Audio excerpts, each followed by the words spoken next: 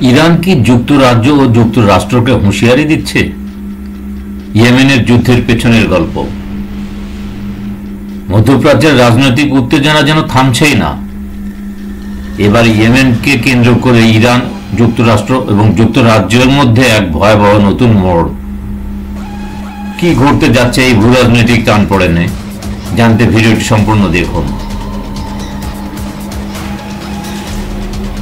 যুদ্ধের উত্তাপ এবার ইয়েমেনের ঘাঁটিতে। যুদ্ধের উত্তাপ এবার ইয়েমেনের মাটিতে। 2023 সালের 7 অক্টোবর গাজার যুদ্ধ শুরু হওয়ার পর থেকে ইয়েমেনের নতুন এক রণাঙ্গনে পরিণত হয়েছে।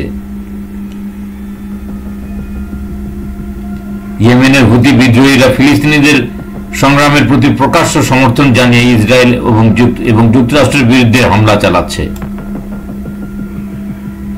ইয়েমেনের ভূখণ্ড থেকে ক্ষেপণাস্ত্র ছোড়া হয়েছে ইসরায়েলের দিকে। এই হামলার ভয়ে যুক্তরাষ্ট্রের বিমান বাহিনীর রণতরী পর্যন্ত সরে যেতে বাধ্য হয়েছে। ইরান সবসময় তাদের প্রক্সি যুদ্ধের কৌশলে এগিয়ে। এবারও হুতি বিদ্রোহীদের সরাসরি সমর্থন দিয়ে যুক্তরাষ্ট্রের ও যুক্তরাজ্যের বিরুদ্ধে সরব হয়েছে। ইরানের পররাষ্ট্র মন্ত্রণালয়ের মুখপাত্র ইসমাইল বাঘাই এক কঠোর বার্তায় বলেছেন, ইয়েমেনের পশ্চিমা আক্রমণ আন্তর্জাতিক আইন ও জাতিসংঘের সনদের লঙ্ঘন। তিনি আরো অভিযোগ করেন, তেল আবিব সরকারের প্রতি যুক্তরাষ্ট্র ও যুক্তরাজ্যের সমর্থন গাজার জনগণের বিরুদ্ধে জঘন্য অপরাধের সমান। এই আক্রমণ শুধু ইয়েমেনের নয়, বরং পুরো মধ্যপ্রাচ্যের জন্য অস্থিতিশীল ডেকে আনবে। ইয়েমেনের উত্তর পশ্চিমাঞ্চল শহর সাদাতে সম্প্রতি একাধিক বিমান হামলার শিকার হয়েছে।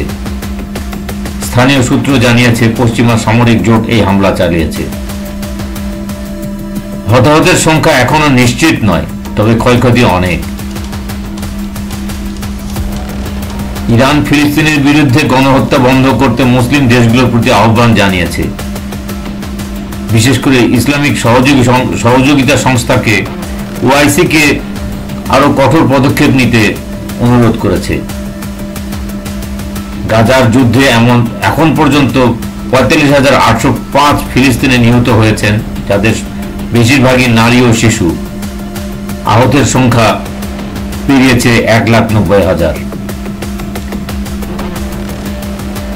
মধ্যপ্রাচ্যে চলমান এই উত্তেজনা শুধু এই অঞ্চলের জন্য নয়, পুরো বিশ্বের জন্য এক বড় হুমকি হয়ে দাঁড়িয়েছে। ইরান কি শেষ পর্যন্ত সরাসরি যুদ্ধে জড়াবে? ইয়েমেন কি নতুন যুদ্ধের কেন্দ্রবিন্দুতে পরিণত হবে? সব প্রশ্নের উত্তর লুকিয়ে রয়েছে ভবিষ্যতের গহ্বরে। সর্বশেষ খবর পেতে আমাদের চ্যানেলটি সাবস্ক্রাইব করুন আর ভিডিওটি শেয়ার করে সবাইকে জানিয়ে দিন এই ভয়াবহ পরিস্থিতির কথা। আজকের খবর আপনার নির্ভরযোগ্য সংবাদ সঙ্গী।